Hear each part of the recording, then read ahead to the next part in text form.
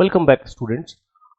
Last class में हम लोगों ने देखा था कि हमने एमओसीटी और एमओसीटी के क्वेश्चन पहले कर लिए थे, उसके बाद हमने एमओडी के क्वेश्चन किए थे। और आज का दिन हमारा, आज का ये जो लेक्चर रहेगा वो रहेगा न्यू चैप्टर आपके लिए है, और वो नया चैप्टर आपके लिए है कोरिलेशन। बेटा ये कोरिलेशन जो पूरा चैप्टर है इसमें दो पार्ट्स में हम पढ़ेंगे, कोरिलेशन एंड रिग्रेशन। आज के लेक्चर में हम कोरिलेशन का बेसिक इंट्रोडक्शन और उसकी जितनी भी बातें हैं वो सब डिस्कस करने जा रहे हैं। और चलिए लेट्स स्टार्ट स्टूडेंट, राइट। तो कोरिलेशन हम लोगों ने स्टार्ट किया आज, और ये कोरिलेशन चैप्टर के बारे में देखिए क्या हमारा सीन है। चैप्टर का नाम है कोरिलेशन एंड रिग्रेशन। अब सबसे पहला सवाल यही है कि what is a correlation, what is a correlation. तो देखिए रिलेशन बिटवीन को मतलब relation between two variables, relation between two variables. अच्छा, तो relation between two variables, sir यहां पे एक बात बताओ, एक x होता है और एक आप y ले लेते हैं, तो आपके पास दो वेरिएबल हो गए।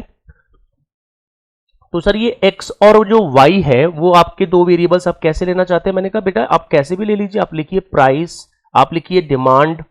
तो मुझे बताओ जो प्राइस और डिमांड में कोरिलेशन होगा वो कैसा होगा। देखिए सर प्राइस अगर बढ़ जाती है तो डिमांड क्या हो जाती है, कम हो जाती है। If price increases demand decreases, price decreases demand increases. तो ये जो आपकी डायरेक्शन है ये कैसी रही है, अपोजिट डायरेक्शन रही है। तो जब अपोजिट डायरेक्शन दो वेरिएबल्स के बीच में मूवमेंट चालू करे, when increment or decrement in one variable produce any change in another variable, then there will be correlation, or we can say कि they are correlated, these variables are correlated। किन variables की बात कर रहे हैं sir, x की और y की।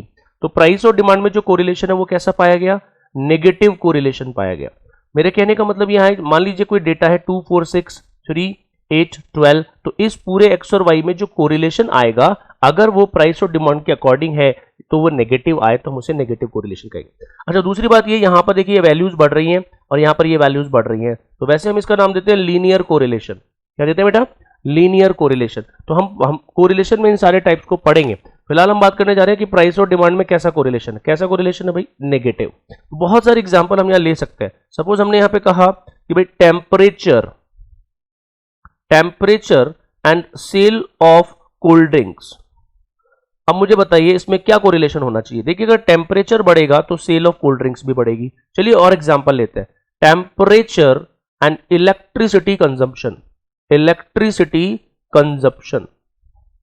तो बताओ टेम्परेचर बढ़ेगा तो इलेक्ट्रिसिटी कंजम्पशन भी बढ़ेगा, इसका मतलब कौन सा कोरिलेशन हुआ, पॉजिटिव। देखिए जब डायरेक्शन जो है या मूवमेंट जो है वो सेम डायरेक्शन में चले तो फिर कौन सा कोरिलेशन माना जाता है, positive.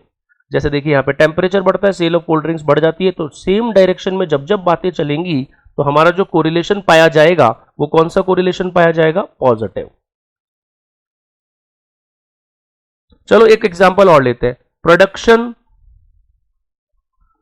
Production and raw material. अब मुझे बताओ रॉ मटेरियल बढ़ाओगे तो प्रोडक्शन बढ़ेगा, इसका मतलब डायरेक्शन सेम है, तो कौन सा कोरिलेशन आएगा भाई, पॉजिटिव।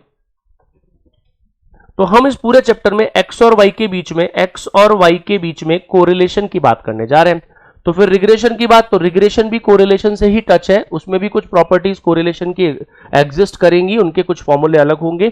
ये सारी बातें इस चैप्टर में कवर करने हम जाएंगे। तो आप लोगों को आइडिया तो लग गया कि what this chapter is all about, that is correlation. तो प्रोडक्शन और रॉ मटेरियल में हमने देखा डायरेक्शन सेम है तो पॉजिटिव कोरिलेशन होगा। चलिए कुछ एक बात और करने जा रहे हैं, जैसे और एग्जांपल्स, मोर जितने ज्यादा एग्जांपल कवर कर सके। Suppose profit of insurance company, और बात कर लेते हैं number of claims. Profit of insurance company और नंबर ऑफ क्लेम्स की बात कर लेते हैं। तो मुझे बताओ अगर किसी इंश्योरेंस कंपनी में नंबर ऑफ क्लेम्स ज्यादा आएंगे तो उसका प्रॉफिट क्या हो जाएगा, कम हो जाएगा। तो डायरेक्शन कैसी रही, अपोजिट। अब अगर अपोजिट रही तो फिर उनके बीच में कौन सा कोरिलेशन पाया जाएगा, नेगेटिव। अच्छा, जनरली ये भी तो होता है कि अगर हम कहें कि भाई सर एक x वेरिएबल है वो इंक्रीजेज, y वेरिएबल इंक्रीजेज, कौन सा कोरिलेशन हो गया, positive. x variable decreases, y variable decreases, कौन सा कोरिलेशन हो गया, पॉजिटिव। मतलब डायरेक्शन सेम होनी चाहिए, डायरेक्शन क्या होनी चाहिए, same. x variable increases, y variable decreases, अब देखिए डायरेक्शन क्या हो गई, अपोजिट, तो क्या होगा, नेगेटिव कोरिलेशन। ठीक है। तो अगर ऐसा हुआ कि x में कोई मूवमेंट है और y अनचेंज रहा, अनचेंज, तो फिर उनके बीच में कोरिलेशन नहीं है, तो हम कहेंगे नो कोरिलेशन। अब यहां नो कोरिलेशन को हम कहते हैं जीरो कोरिलेशन, है ही नहीं भाई, कोरिलेशन नहीं है। ऐसे भी बहुत सारे वेरिएबल है। तो ये बेसिक आपको मिला कोरिलेशन क्या होता है। अब हम इस कोरिलेशन को थोड़ा आगे बढ़ा देते हैं। बेसिकली हम इसकी डेफिनेशन, इसमें क्या क्या पढ़ेंगे, क्या प्रॉपर्टीज है, क्या फॉर्मूले हैं, कैसे क्वेश्चन सॉल्व करना, ये सब आज के लेक्चर में हम डिस्कस करने चलते हैं। ठीक है, तो देखिए चैप्टर है हमारा कोरिलेशन के बारे में पहले हम बात करते हैं। देखिए the tendency of simultaneous variation, the tendency of simultaneous variation between two or more variables, is known as correlation. क्या कहा भाई सर ने? The tendency of simultaneous variation between two और more variables is known as correlation. क्या कहना चाहते हैं इसे हम? whenever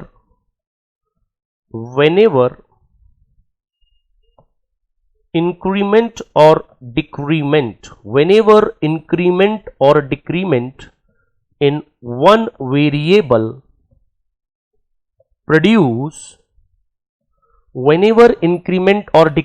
in one variable produce any change in another variable, then both variables are said to be correlated। ये बात हम बताने जा रहे हैं कि भाई जब आप इंक्रीमेंट और डिक्रीमेंट किसी भी एक वेरिएबल में करेंगे तो दूसरे वेरिएबल में कोई ना कोई चेंज आएगा तो वो दोनों वेरिएबल्स आपस में कोरिलेटेड कहलाएंगे। ठीक है, तो कोरिलेशन का बेसिक डेफिनेशन हमने देख लिया। अच्छा, यहां पर हमने कहा कि भाई ये कोरिलेशन बेसिकली तो देखिए बहुत टाइप का होता है, जैसे पॉजिटिव होता है, नेगेटिव होता है, लीनियर होता है, पार्शियल होता है। तो अभी हम यहां पर हम आपको केवल दो बातें बताने जा रहे हैं। Correlation can be of two types, linear correlation, partial correlation, ये हम बाद में डिस्कस करें। तो correlation can be of two types. हमने कहा भाई positive correlation, second one is negative correlation. तो पॉजिटिव कोरिलेशन क्या? when the variables moves in same direction, when the variables move in same direction, मतलब x increases y increases, x decreases y decreases, तो इनके बीच में कोई correlation होगा और वो कैसा पाया जाएगा? पॉजिटिव। तो फिर यहां पे क्या आएगा? when the variables moves in opposite direction, तो फिर उनके बीच में जो कोरिलेशन पाया जाएगा, मतलब x increases y decreases, x decreases y increases, तो फिर उनके बीच में जो कोरिलेशन पाया जाएगा वो नेगेटिव होगा। कैसा होगा? नेगेटिव होगा। तो भाई कोरिलेशन क्या होता है? कितने टाइप हमने बताए, पॉजिटिव और नेगेटिव। सेम डायरेक्शन में पॉजिटिव होगा, अपोजिट डायरेक्शन में नेगेटिव होगा। यहीं पर इसी पर्टिकुलर एग्जाम्पल पर हम इसी पर्टिकुलर थ्योरी पर हम इनके एग्जाम्पल्स क्रिएट कर देते हैं ताकि आप एग्जाम में आंसर लगा सकें।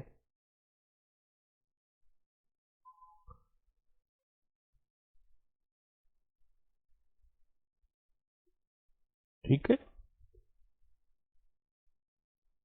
ये देखिए, तो हमने कहा भाई पॉजिटिव और आपने क्या कहा था अभी? नेगेटिव। बहुत सारे एग्जाम्पल हैं, एग्जाम्पल्स। पॉजिटिव कोरिलेशन की बात करने जा रहे हैं आप एग्जाम में दे सकते हैं। Production and raw material. अच्छा जी, और देखिए सर हाइट एंड वेट। बिल्कुल, हाइट एंड वेट में पॉजिटिव कोरिलेशन होता है। अच्छा जी, वैसे तो और भी है, जैसे क्रॉप एंड रेनफॉल पॉजिटिव होगा। अच्छा जी, आपके अभी थोड़ी देर पहले बताया था temperature, temperature and sale of cold drinks positive होगा। Temperature, electricity consumption, electricity consumption positive होगा। अच्छा देखो बताओ, अगर हमने एक पूछ लिया आपसे कि भाई एक insurance premium, insurance premium age के अकॉर्डिंग बढ़ता है क्या? बिल्कुल बिल्कुल, एक बार देखते हैं भाई। Age of applicant, age of applicant जो इंश्योरेंस करवा रहा है, age of applicant and insurance premium, insurance premium बताइए। अगर आप एज बढ़ेगी ना तो आपको इंश्योरेंस प्रीमियम ज्यादा ही देना पड़ेगा। अच्छा, एक क्वेश्चन आईसीए ने पूछा था, husband age and wife age में कौन सा कोरिलेशन होगा? बेटा पॉजिटिव लगाएंगे, age is a continuous variable, age में हमेशा पॉजिटिव कोरिलेशन पाया जाता है। तो देखिए positive positive positive positive positive positive positive, ठीक। नेगेटिव देखिए sir, price and demand, price and demand, profit of insurance company and number of claims, negative correlation, negative correlation, उसका रीजन आपको पता ही है। तो ये जो हमने बताया कि भाई पॉजिटिव और नेगेटिव कोरिलेशन पाया जाता है, ठीक है। तो इनके एग्जाम्पल आप एग्जाम में ये आंसर लगा कर आएंगे। अब हम ये कह सकते हैं कि भाई अगर कोई दो वेरिएबल ऐसे हैं, जैसे मान लीजिए शू size and intelligence, shoe size and intelligence, अब ये दो वेरिएबल है, इनके बीच में कोरिलेशन नहीं है, तो कोरिलेशन नहीं है तो हम कह सकते हैं देयर इज नो कोरिलेशन। अच्छा, यहां पर हम ये भी कह सकते हैं कि यहां there is no causal relation between two variables, there is no causal relation between two variables, between these two variables. बिल्कुल सर, इनमें कोई कॉजल रिलेशन नहीं है। शू साइज बढ़ाने से कोई इंटेलिजेंस बढ़ता है क्या? जी नहीं बढ़ता। तो यहां पर हम इसको कहते हैं स्परियस कोरिलेशन। स्परियस का मतलब होता है काउंटरफिट, फर्जी। स्परियस कोरिलेशन मतलब काउंटरफिट, फर्जी है भाई, कोई कोरिलेशन नहीं पाया जाएगा शू साइज एंड इंटेलिजेंस में। अच्छा जी, तो इसी के बाद हमने ये बात करते हैं कि भाई जब कोरिलेशन नहीं पाया जाएगा तो मत पाने दो। अब कोरिलेशन निकलता क्या है, किन वेरिएबल्स के बीच में निकलता है, क्या नाम होता है, इसको भी हम एक नोट में लिखते हैं और हम क्या कहने जा रहे हैं सुनिए आप। अब मुझे बताओ कि x और y दो वेरिएबल्स है, 2 4 6 3 8 12, इनके बीच में कोई कोरिलेशन आएगा, उसका कोई अमाउंट होगा। क्या होगा? उसका कोई अमाउंट होगा। तो हमने कहा भाई अमाउंट ऑफ कोरिलेशन, अब कुछ नाम भी देना पड़ेगा उसको अमाउंट ऑफ कोरिलेशन को, कि भाई कितने अमाउंट का कोरिलेशन है, किस नेचर का है, कितनी वैल्यू है, कहां से कहां तक वो लाई कर रहा है, और उसे नाम क्या दिया जाए। तो देखिए क्या हुआ, the amount and nature, the amount and nature of correlation can be determined by, एक वर्ड आता है हमारे पास, can be determined by correlation coefficient। अच्छा जी, सब बच्चों को याद होना चाहिए, the amount and nature of correlation can be determined by क्या by correlation coefficient। अच्छा, correlation coefficient कहते हैं, सभी बच्चे जानते हैं कि कोफिशिएंट है तो ये रिलेटिव मेजर है। रिलेटिव मेजर मतलब यूनिट नहीं होगा, मैं लिखवा देता हूं। अच्छा, पहले कोरिलेशन कोफिशिएंट को डिनोट किससे करते हैं? विच इज डिनोटेड बाय ये आर, इस आर से इसको डिनोट करते हैं, ठीक है। तो कोरिलेशन को, तो हमने कहा भाई correlation coefficient is a pure real number, pure real number है, कोई यूनिट नहीं है, इसलिए कोई यूनिट नहीं। Correlation coefficient is a pure real number. Correlation coefficient is independent from unit, कोई यूनिट नहीं होगी, independent from unit. Correlation coefficient is a unit free measure, वो भी relative measure, unit free measure, ठीक है। अब इस कोरिलेशन कोफिशिएंट की कोई वैल्यू होती है, the value of correlation coefficient lies between -1 to +1, देखिए कोरिलेशन की वैल्यू -1 से +1 के बीच में रहती है, ये आपका 0 है, ये मिनिमम वैल्यू है, तो -1 से 1 के बीच में रहती है। यहां अमाउंट ऑफ कोरिलेशन है पॉजिटिव या नेगेटिव, पॉजिटिव या नेगेटिव। अच्छा बच्चा ये -1 और 1 इंक्लूडेड है, तो -1 टू +1 मैं यहां लिख देता हूं बोथ इंक्लूसिव, बोथ इंक्लूसिव। क्या बताया आपको कि the value of correlation coefficient lies between -1 to +1 both inclusive, मतलब -1 से बड़ा होता है, 1 से लेस होता है कोरिलेशन का वैल्यू, और इक्वल भी होता है। ठीक है, ठीक है, राइट। तो कोरिलेशन की वैल्यू -1 से +1 के बीच में रहती है। अच्छा जी, इसके बाद हम आपको ये बता देते हैं कि भाई जब वैल्यू -1 से 1 के बीच में रहती है तो हम लिख देते हैं भाई वैल्यू ऑफ आर। तो अगर वैल्यू ऑफ आर कहीं किसी भी पर्टिकुलर इंटरवल में बीच में लाए करे तो हम उसको नाम क्या देकर आए। मुझे एक बात बताओ, आप ये कह रहे हो कि सर कोरिलेशन की वैल्यू -1 से +1 के बीच में रहती है, तो अगर एग्जैक्टली -1 आ जाए तो उसे कहते हैं perfect negative correlation, perfect negative correlation. अच्छा, वैसे लीनियर कोरिलेशन है ये, और अगर +1 आ जाए तो क्या कह देंगे, परफेक्ट पॉजिटिव कोरिलेशन। अच्छा, अगर आर की वैल्यू 0 से लेकर 0.25 या फिर -0.25 से 0, इन दोनों ही इंटरवल्स में लाई करती है तो उसे हम लो डिग्री कोरिलेशन कहते हैं। अच्छा सर, लो डिग्री कोरिलेशन होने का मतलब सीधा सीधा है कि उनके बीच में कैसा कोरिलेशन पाया जाता है, पुअर कोरिलेशन, पुअर कोरिलेशन। अगर इस कोरिलेशन की वैल्यू 0.25 से 0.75 या -0.25 से -0.75 रही तो उसे मॉडरेट कोरिलेशन कहते हैं, मॉडरेट कोरिलेशन। और अगर इसकी वैल्यू 0.75 टू +1 या -0.75 टू -1 रही तो फिर उसे हाई डिग्री कोरिलेशन कहते हैं, हाई डिग्री कोरिलेशन। अब यह हाई डिग्री कोरिलेशन किस बात को बता रहा है कि भाई उनके बीच में गुड कोरिलेशन पाया जाएगा जिन वेरिएबल्स की बात हम कर रहे हैं एक्स और वाई के बीच में। तो हमने कोरिलेशन की वैल्यू को बताया कि -1 से 1 के बीच में रहती है, उसको हमने क्राइटेरिया दिया हुआ है। क्राइटेरिया दिया हुआ है कि -1 पे आपको लगाना है परफेक्ट नेगेटिव, +1 पे आपको लगाना है परफेक्ट पॉजिटिव। अच्छा, इन तीन इंटरवल्स के बीच में वो लाई करे तो हम कहेंगे भाई लो डिग्री, मॉडरेट और हाई डिग्री कोरिलेशन। तो वैल्यू ऑफ आर आपको समझ में आ गया, टाइप आपको समझ में आ गया, पॉजिटिव और नेगेटिव आपको समझ में आ गया। चलिए, तो इसके बाद में हम हमारे मेथड्स पढ़ते हैं। चलिए मेथड्स को कवर कर लेते हैं कि कोरिलेशन में कितने मेथड्स होते हैं। देखिए, तो बेसिक उसका इंट्रोडक्शन के बाद कोरिलेशन में अब क्या पढ़ा जाता है, methods to find correlation, methods to find correlation. अब मेथड्स टू फाइंड कोरिलेशन में सबसे पहले ये बताया गया कि भाई अमाउंट भी आएगा, नेचर भी आएगा। आपने कहा था ना सर अमाउंट, तो देखिए वो अमाउंट आर की जो वैल्यू है वो कुछ भी आ सकती है, 0.6। अब अगर पॉजिटिव नेगेटिव तो ये तो हो गया नेचर ऑफ कोरिलेशन और ये हो गया अमाउंट ऑफ कोरिलेशन। अब उसको फाइंड करने के कौन कौन से तरीके हमें यहाँ पे लेके चलने हैं। तो देखिए मेथड्स टू फाइंड कोरिलेशन में हमारे पास फर्स्ट आया that is Spearman rank correlation coefficient method. Spearman rank correlation coefficient method, ये था हमारा पहला वाला।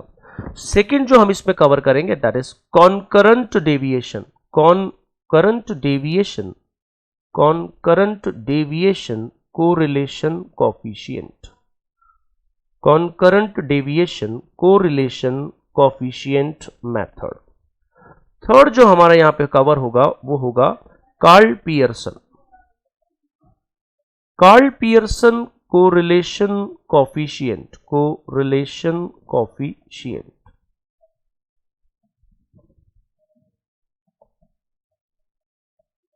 और वो जो लास्ट हमारा है that is a theoretical method, उसको हम स्कैटर डायग्राम कहते हैं। अच्छा, स्कैटर डायग्राम कोरिलेशन या फिर हम उसको डॉट डायग्राम कोरिलेशन कहते हैं, डॉट डायग्राम कोरिलेशन मेथड। अच्छा बेटा, एक बात का और ध्यान रखना कि ये जो कोरिलेशन है वो एक मेथड है जो नाम है उसका लीस्ट स्क्वायर मेथड से भी फाइंड होता है, लीस्ट स्क्वायर मेथड से भी कोरिलेशन फाइंड होता है।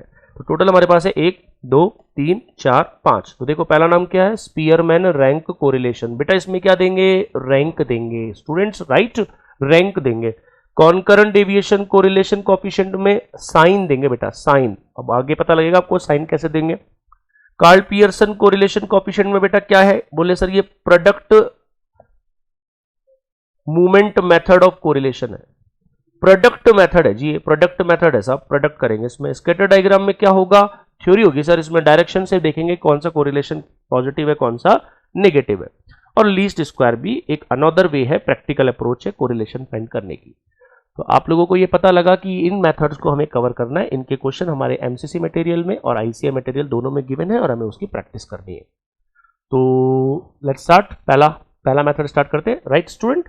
चलिए, तो हमारा पहला मेथड आता है, पहले मेथड का नाम हम लिख लेते हैं स्पीयरमैन। तो जी Spearman rank correlation coefficient, Spearman rank correlation coefficient को हम कवर करते हैं, ठीक है। अब स्पीयरमैन रैंक कोरिलेशन कोएफिशिएंट को कवर करते हैं। तो स्पीयरमैन रैंक कोरिलेशन कोएफिशिएंट को किससे डिनोट करते हैं, R of rank, R of rank. What is the procedure, what is the formula, क्या करेंगे, क्या स्ट्रक्चर होगा। चलिए पहले मैं आपको इसको एग्जांपल से समझा देता हूं, उसके बाद में उसके नोट्स मेंटेन कर लेंगे। तो ये हमारे पास इसका एक एग्जांपल हम लेने जा रहे हैं, एक्स और वाई। तो एग्जामिनर आपको यहाँ पे कुछ वैल्यूज देगा, सपोज 5, 55, 61, 90, 16, 81, 29, 44, 52। ये कुछ नंबर ऑफ ऑब्जर्वेशन हमारे सामने है जो x के डेटा को रिप्रेजेंट कर रहा है। x भी हमारे पास है और हमारे पास y भी है। मैं आपको बता दूं इसे बाईवेरिएट डेटा कहते हैं। क्या कहते हैं इसे, बाईवेरिएट डेटा। ओके, तो x के जो नंबर ऑफ ऑब्जर्वेशन या जो सेट ऑफ ऑब्जर्वेशन है वो गिवन होंगे एग्जाम में, और इधर y के भी होंगे, लाइक दिस 6, 81, 96, 100, 21, 29, 14, 4, 12। तो ये जो x और y का टेबल हमारे सामने है, एग्जामिनर हमें यहां पे बोलेगा calculate the value of Spearman rank correlation, find Spearman rank correlation. तो अब हम क्या प्रोसेस लगाएंगे, क्या अप्रोच होगा, क्या प्रैक्टिकल इस पे काम करने जाएंगे, देखते हैं। x और y के बीच में हमें कोरिलेशन फाइंड करना है और उसका नाम है स्पीयरमैन। तो सबसे पहले स्टूडेंट क्या करना है, आपको x को रैंक देना है, उसके बाद y को रैंक देना है, दोनों रैंक को आपस में सब्ट्रैक्ट करना है। क्या करना है, सब्ट्रैक्ट करना है।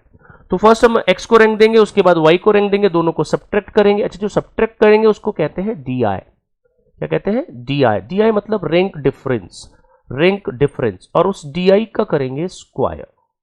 तो इस पूरे प्रोसेस के दौरान आपको ध्यान से देखना है कि एक एक स्टेप में हमने क्या किया है और उसकी कैलकुलेशन कैसे की जाती है। हम हमारी रैंक कोरिलेशन में हमें कैसे कैलकुलेशन करना है। तो आर एक्स, तो देखिए सबसे हम पहले हमारे हाईएस्ट वैल्यू कौन है, 90, इसको दे देंगे फर्स्ट रैंक। उसके बाद कौन है 81, उसको हम दे देंगे सेकेंड रैंक। फिर हमारा 61, इसको हम दे देंगे थर्ड रैंक। और ये हमारा 55 फोर्थ रैंक, और ये 52 को फिफ्थ रैंक।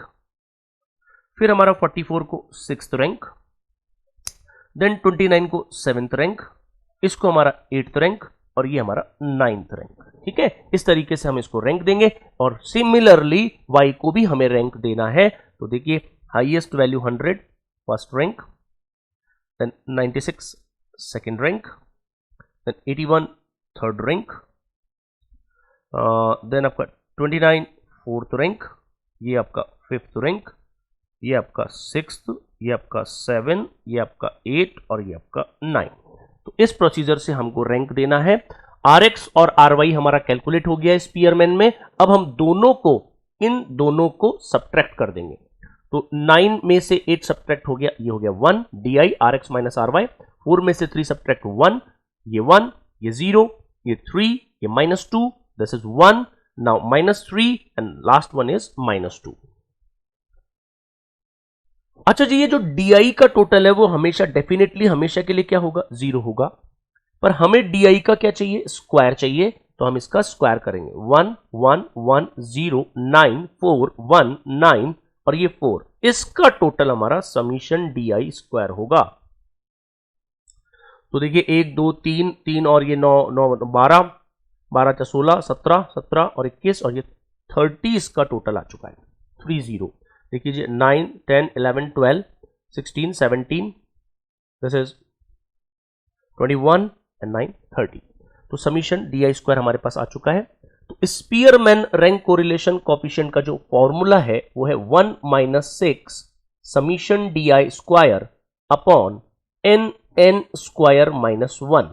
तो एक बार फिर बोल लीजिए student, 1 - 6 summation DI square upon n square -1। 6 यहां कंपलसरी है, अपॉन का साइन यहां तक है, 1 सेपरेट है, ठीक है। तो अब हम इसकी कैलकुलेशन कर लेते हैं। देखिए 1 - 6 summation DI square 30 upon number of observation 1 2 3 4 5 6 7 8 9। तो देखिए 9 इंटू 81 - 1 80 आ जाएगा। नाउ 1 माइनस 180 अपॉन 720, एलसीएम लीजिए 720 माइनस 180 अपॉन 720। कैलकुलेशन अगर हम करें तो 720 माइनस 180 540, कितना 540 हो गया। 540 डिवाइडेड बाय 720 डिवाइडेड बाय 720 ये रिजल्ट आ गया 0.75। तो ये 0.75 हमारे कोरिलेशन की अमाउंट हो गई, कोरिलेशन वैल्यू हो गई। स्पीयरमैन मेथड से हमने कैलकुलेट किया। तो बताओ, थोड़ा सा रिवाइज करा दूं आपको। देखो सबसे पहले x को रैंक, फिर y को रैंक, दोनों को सब्ट्रैक्ट, जो वैल्यू आई DI का स्क्वायर, पॉजिटिव वैल्यू को यहां पे पुट कीजिए, you will get the answer. DI का टोटल हमेशा 0। ये सारी बातें अब मैं थ्योरेटिकल सेक्शन में इसको कवर कर देता हूं, आपके लिए लिखवा देता हूं कि स्पीयरमैन में हमने क्या प्रोसेस अपनाया है। देखिए सबसे पहले इसके हम बात करते हैं, हम इसमें x को रैंक देंगे, रैंक टू x डेटा। फिर हम RY की बात करेंगे, रैंक टू y। दोनों रैंक को आपस में सब्ट्रैक्ट करेंगे, दैट इज DI। उस DI का टोटल यानी कि sum of difference between rank is always 0। जी बिल्कुल, DI का टोटल हमेशा हमारा क्या आएगा, 0 ही आएगा। पर हमें क्या चाहिए, समीशन DI स्क्वायर जो एक पॉजिटिव वैल्यू रहेगा हमेशा। और पॉजिटिव वैल्यू क्या रहेगा, नाम क्या है इसका भाई, sum of square of difference, student difference, sum of square of difference between rank. ये हमारा समीशन DI स्क्वायर जिसकी हमें डिजायर है। Now the formula comes R equal to 1 - 6 summation DI square upon n square -1 apply कर दिया जाएगा। इस value को फाइंड करके यहां हमें पिक करना है। n is a number of observation, तो आई होप इसको आप आई होप ये क्वेश्चन और आपको ये वाला जो कॉन्सेप्ट है समझ में आ गया होगा। अच्छा जी, एक बात का नोट मैं यहां पे और लिखवाना चाहता हूं। सपोज आपकी जो रैंक्स हैं, ranks are given in reverse order. आप रैंक दें और आपको रिवर्स ऑर्डर मिल जाए, या आपको डायरेक्टली कोई रैंक गिवन है जो रिवर्स ऑर्डर में है। तो ranks are given in reverse order, तो आपकी आर की वैल्यू हमेशा आपको क्या लगानी है, -1। क्या कहना चाहते हैं सर? सर ये कहना चाहते हैं कि अगर कोई रैंक आपको RX और RY कुछ इस तरीके से दे दी, 1 2 3 4 5 एंड 5 4 3 2 1, जस्ट रिवर्स ऑर्डर दे दिया है, तो आप कैलकुलेट करेंगे तो आप DI स्क्वायर निकालेंगे। मैंने कहा कैलकुलेट करेंगे तो भी वही है, पर आप डायरेक्टली लगा दीजिए -1, क्योंकि आपकी रैंक किस ऑर्डर में है, रिवर्स ऑर्डर में है। यहां पर एक नोट ये भी बता दूं कि ranks are given in same order, ranks are given in same order, तो फिर आपको आर की वैल्यू +1 लेनी है। क्या एग्जांपल है कि अगर आपके आर एक्स और आर वाई सेम ऑर्डर में चल रहे हैं 1 2 3 4 5 हैंड्स ऑन 6 तक 7 8 कितना भी 1 2 3 4 5 1 2 3 4 5, तो सीधे आपको आंसर +1 देना है। ठीक है, आई होप स्टूडेंट आपको समझ में आ गया होगा कि आपको रैंक रिवर्स ऑर्डर में क्या आंसर लगाना है, फॉर्मूले से कैलकुलेट कब करना है जब आपके पास एक्स और वाई। अच्छा, डायरेक्टली अगर आपको रैंक के कॉलम है तब तो आपको सीधे डी आई स्क्वायर कैलकुलेट करना है, अगर आपके रैंक के कॉलम है तो सीधे आपको डी आई स्क्वायर कैलकुलेट करना है, अगर वो रिवर्स ऑर्डर या सेम ऑर्डर में नहीं है तो। अच्छा जी, तो इससे आईसीआई क्या करता है, एक सिंगल लाइन क्वेश्चंस बनाता है। अगर एक्स और वाई की टेबल है तब तो हम सॉल्व कर लेंगे, बट जब सिंगल लाइन क्वेश्चंस बनाता है वो हम देखते हैं कैसे बनाता है, क्या क्या वो पूछ सकता है हमसे। तो देखिए यहां पर हमने कुछ क्वेश्चन बनाना चालू किया स्पीयरमैन से। पहला क्वेश्चन ये है कि sum of squares of difference between rank, sum of square of difference between rank, वो आपको दे रहा है 66। नाउ नंबर ऑफ ऑब्जर्वेशन आपको उसने दिए हैं 9 और उसने कहा है भाई फाइंड स्पीयरमैन रैंक कोरिलेशन। इस तरीके के क्वेश्चन एग्जाम में आ सकते हैं। तो इसमें तो सारी वैल्यू गिवन है, तो बस आपको तो put the value get the answer करना है। 1 - 6 summation D I square upon N N square minus 1, 1 - 6, देखिए ये रहा समीशन डी आई स्क्वायर, इस लाइन को पढ़ लीजिए आप, sum of square of difference between rank, तो ये 66 पुट कर दीजिए, नंबर ऑफ ऑब्जर्वेशन आपका 9, तो ये 80 और ये आपका 396 अपॉन 720, तो 720 माइनस 396 अपॉन 720 कर दीजिए, 720 माइनस 396 324 अपॉन 720 कर दीजिए, डिवाइडेड बाय 720 कर दीजिए, 0.45 आपका आंसर पॉजिटिव, क्योंकि देखो ये नंबर बड़ा है, ये नंबर लेस है, उल्टा भी हो सकता है, कभी नेगेटिव आंसर भी आ सकता है, पर अभी फिलहाल हमारे को क्या मिला है, पॉजिटिव। वैसे इसकी वैल्यू आपको पता है -1 से कहाँ तक होती है, +1, आर की वैल्यू -1 to +1 होती है। तो इस क्वेश्चन को हमने सॉल्व किया, इजीली क्वेश्चन सॉल्व हो गया, क्वेश्चन नंबर 1। ठीक है, आगे बढ़ते हैं। क्वेश्चन नंबर 2 हमने एक और क्रिएट किया।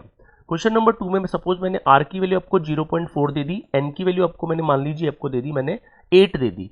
अब मैंने ये कह दिया कि भाई मुझे तो समीशन डी आई स्क्वायर की वैल्यू बताओ। ये तो इजी क्वेश्चन है, देखो आर की वैल्यू यहां रख दो और summation D I square unknown है। अब n की वैल्यू 8 × 63, अब बेसिक मैथमेटिक्स सॉल्व करेंगे हम, तो ये पूरा जो वैल्यू है वो इस साइड में आरएचएस में नेगेटिव है, तो देखियो इसको आप इधर ले जाइए और 0.4 को इधर ले आइए, तो 6 summation D I square upon 504, 8 × 63 504, 1 minus 0.4 इधर है, तो 6 summation D I square upon 504 equal to 0.6, तो summation D I square equal to 504 into 0.6 upon 6, that is 504 multiply 0.6 divided by 6, 50.4, ठीक है 50.4, तो ये हमारा आ गया 50.4 आंसर। तो क्वेश्चन नंबर 2 भी सॉल्व हो गया। चलिए क्वेश्चन नंबर 3 की तरफ बढ़ते हैं। क्वेश्चन नंबर 3 से क्या पूछा जाएगा कि भाई आर की वैल्यू आपको मान लीजिए 0.5 दे दी है, समीशन डी आई स्क्वायर भी गिवन है इस बार, तो 82.5, find the value of N, number of observation, find the value of N. इस क्वेश्चन के लिए मैं आपको कह रहा हूं कि भाई जब ये एन की वैल्यू पूछे तो आप हर क्वेश्चन में तो हर क्वेश्चन में ऑप्शन तो आने वाले हैं, तो मैंने आपको ऑप्शन क्रिएट करके दिए हैं कि which one is the right answer. तो आई थिंक इस क्वेश्चन को हम अगर एन की वैल्यू पूछे तो हम ऑप्शन से करना बेटर मानेंगे।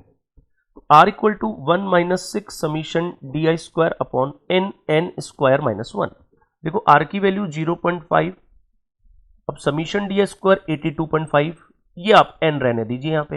अब मुझे बताइए इस नंबर को यहाँ पिक करें या इस नंबर को यहाँ पिक करें या इस नंबर को यहाँ पिक करें या इस नंबर को यहाँ पिक करें, तो L H S equal to किसकी होना चाहिए, R H S, L H S equal to क्या होना चाहिए, R H S.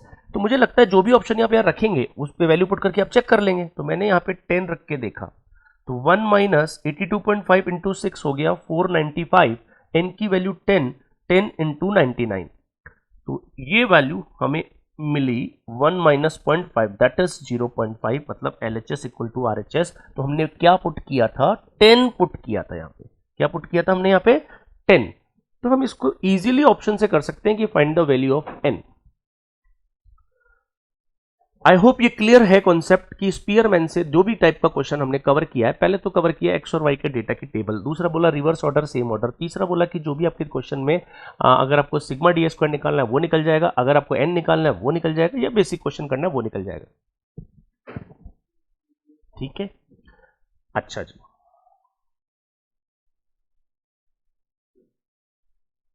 Suppose I am talking about, एक क्वेश्चन और लेते हैं, जैसे आपको एक रैंक दे दी 5 4 3 2 1, अब दूसरी दे रही है 2 3 1 5 4, तो इसमें तो यार आपको रैंक x की और y की दी है जिसका कोई ऑर्डर नहीं है, तो फिर आप कैलकुलेट करें। तो आप कैलकुलेट करेंगे डी स्क्वायर, 5 में से 2 गया 3 का स्क्वायर 9, 4 में से 3 1 का स्क्वायर, 3 में से 1 2 का स्क्वायर 4, नाउ 3 का स्क्वायर 9, देन अनदर 9, 18 22 23 हो गया 32। फॉर्मूले में आप पुट कर दीजिए, नंबर ऑफ ऑब्जर्वेशन की 5 है, ये 24, ये आपकी जो कैलकुलेशन हो जाएगी जब आपको सीधे रैंक का कॉलम दिया हुआ है। ठीक है, अच्छा कुछ स्टूडेंट ये जब टॉपिक पढ़ रहे होंगे तो ये बात सोच रहे होंगे कि सर ने ये कवर नहीं किया। अब जी बिल्कुल कवर करेंगे, हम इसी में कवर करेंगे, स्पीयरमैन में ही। अब देखिए अगर मैं इसको कवर कर रहा हूँ, यहाँ पर हम रिपीटेशन की बात कर रहे हैं। सपोज मैं कहता हूँ जैसे 5 25 30 18, अब ये 25 दो बार आ गया, और सपोज ये 16, और फिर देखिए यहाँ पे 18 और ये 25, इसका मतलब 25 3 बार हो गया है और 18 दो बार हो गया है, और इसको हम 55 कर दें। ठीक है, 55। तो हमारे पास एक x का डेटा एक y का डेटा है। इसी तरीके से सिमिलरली मैं और लेने जा रहा हूँ, जैसे सपोज 20 36 44, मैं 44 को दो बार ले लेता हूँ, या कोई भी नंबर आपका रिपीट हो रहा है, आप समझिए उस कुछ क्वेश्चन को, और यहाँ पर मैंने 4 ले लिया। अब मेरे पास ये क्वेश्चन अराइज हुआ, तो आपका जवाब ये है कि सर इसमें कुछ वैल्यू रिपीट है, बिल्कुल रिपीट है। तब हम क्या करेंगे, ये तो आपने बताया नहीं ना सर, किस तरीके से अब रैंक दी जाएगी जब वैल्यूज रिपीट हो रही है या रिकर हो मतलब एक ही वैल्यू एक से ज़्यादा बार आ रही है, तो हम इसकी कैलकुलेशन कैसे करें। तो फिर मैंने यहाँ पे आपको एक छोटी सी बात बताने जा रहा हूँ। देखिए एक वर्ड होता है टाइड, और एक उसकी होती है लेंथ, आप खुद देख लेंगे वो। तो यहाँ टाइड का मतलब है कि कौन सी वैल्यू कितनी बार रिपीट हुई है, कौन वैल्यू है वो। देखो 25 कितनी बार आया, 3 बार आया ना, तो 25 की लेंथ हो गई 3। इस लेंथ को हम डिनोट करते हैं m से। अच्छा और कौन है 18 की लेंथ क्या हो गई 2, तो ये हमारे पास 2 m मिल गए। इधर भी तो 44 है जिसकी भी लेंथ 2 है। जितने टाइड होंगे उनको एक बार हम लिख लेंगे, लिख लेंगे जी, बिल्कुल लिख लेंगे। अब छोटी सी किसकी कैलकुलेशन है टाइड की, summation m cube minus m by 12। आपको क्या करना है, m, ये जो m की वैल्यूज है इनको यहाँ पे पुट करना है। तो ये फिक्स फॉर्मूला है। क्यों, एक्चुअली क्या है, एक्चुअली सिनेरियो ये है कि हमारा जो यहाँ पे फॉर्मूला है वो मैं यहाँ लिख देता हूँ 1 माइनस 6, आपने जो समीशन डी स्क्वायर लगाया था उसके अंदर ये टाइड लेंथ की कैलकुलेशन ऐड हो जाती है। तो हमने हमारी शुरुआत ही कर ली कि भाई ये जो टाइड लेंथ की कैलकुलेशन है वो हम पहले कर लें। तो चलिए करते हैं।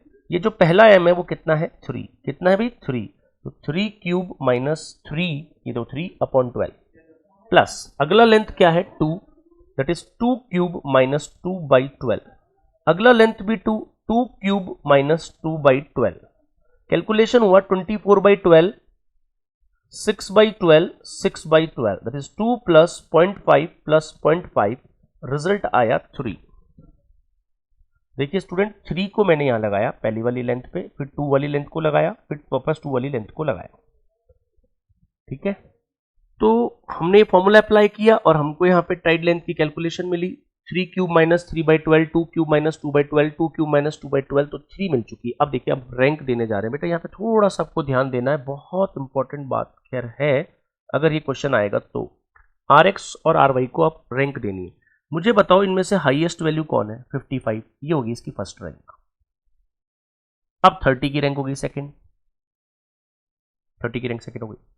अब 25 को देनी है थर्ड, फोर्थ, फिफ्थ, ऐसा नहीं जाता है, थर्ड फोर्थ और फिफ्थ जानी तो थी पर इनका करेंगे एवरेज देंगे। इसको क्या देंगे बेटा, एवरेज। भाई 3 बार आ रहा है तो 3 से डिवाइड कर दो, तो 3 और 4 7 और 5 12 में 3, इनको रैंक जाएगी फोर्थ, इनको फोर्थ रैंक जाएगी।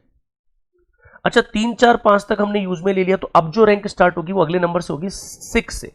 तो देखो 18 को देनी है छठी और ये 7वीं, तो इसका भी फिर एवरेज जाएगा 6 + 7/2, ये रैंक जाएगी 6.5। 18 को गई 6 और 7, तो 7 तक चली गई, तो अब 8वीं रैंक किसको जाएगी, इसको जाएगी।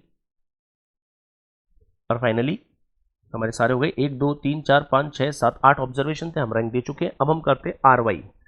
आरवाई में जो हाईएस्ट वैल्यू है वो 44 है, तो पहली और दूसरी, तो पहली प्लस दूसरी का एवरेज 1.5 जाएगी। अब उससे छोटा है तो 1 और 2 तक हमारा जा चुका है, तो यहां से स्टार्ट होगा, इसको तीसरी रैंक, इसको चौथी रैंक, इसको 5वीं रैंक, इसको छठी, इसको 7वीं और इसको 8वीं, इस तरीके से हमने रैंक दे दी है। अब हम इसका कैलकुलेट करेंगे DI स्क्वायर। तो 1 में से 4 गया, 3 का 9 हो गया, 4 में से 3 1 हो गया, ये 0.25 हो गया। ये देखिए 6.5 में से 1.5 जा रहा है ना, तो 4 हो गया ना, ये कितना हो गया, 5 हो गया, 6 5 हो गया, 6.5 में से 1.5 तो 5 हो गया, तो 5 का 25 और ये 3 का 9 और ये 2 का 4 और ये 0.5 है, तो 0.25 और ये 16। अब हम इनको ऐड करेंगे, ये हमने ऐड किया, देखो 9 + 1 + 0.25 + 25 + 9 + 4 + 0.25 + 1 6, हाउ मच, 64.5। तो ये हमारा आ गया 64.5। अब ये DI स्क्वायर है, इसकी वैल्यू यहां पुट करेंगे, ये m³ - m/12 है, इसकी वैल्यू यहां पुट करेंगे। चलिए आगे बढ़ते हैं, यहां पे हमने पुट कर दिया 1 - 6 64.5 + 3 divided by number of observation और वैल्यू, ये हमारे R की वैल्यू। कैलकुलेशन वाइज देखें, 1 - 6 × 67.5 / 504। अब हम इसको कैलकुलेट करेंगे, 67.5 × 6 करेंगे, 405 आ रहा है, ठीक है बेटा, तो ये मैंने यहाँ पे 405 कर दिया। 1 - 405 / 504, LCM 504 - 405 / 504, तो 504 - 405 डिवाइडेड बाय 504, ये मेरा रिजल्ट आ गया 0.19। तो R की वैल्यू हमारी हो गई 0.19 पॉजिटिव। देखिए सबसे पहले क्या करा इसमें, सबसे पहले रैंक एवरेज की तरह जाएगी, रैंक जाएगी DI स्क्वायर, इस DI स्क्वायर के अंदर m³ को हमें बढ़ाना है और फिर फाइनली हमें इसको कैलकुलेट करके हमारा आंसर इसमें ऐड करना है, ये और ये ऐड करना है, और फिर फाइनली ये अपना आंसर आ चुका 0.19। तो पूरे स्पीयरमैन को हमने कवर किया है, और पूरे कोरिलेशन को हमने स्टार्ट किया था इसमें, इस वाले वीडियो में। और कोरिलेशन में हमने ये देख लिया कि भाई कोरिलेशन कितने टाइप का होता है, किस मेथड से आता है, उसमें से पहला मेथड हमारा कवर हो चुका है जिसका नाम है स्पीयरमैन। अगले लेक्चर के अंदर, अगले वीडियो के अंदर हमारा नेक्स्ट मेथड होगा concurrent deviation. Till then, goodbye, have a nice day, thank you so much.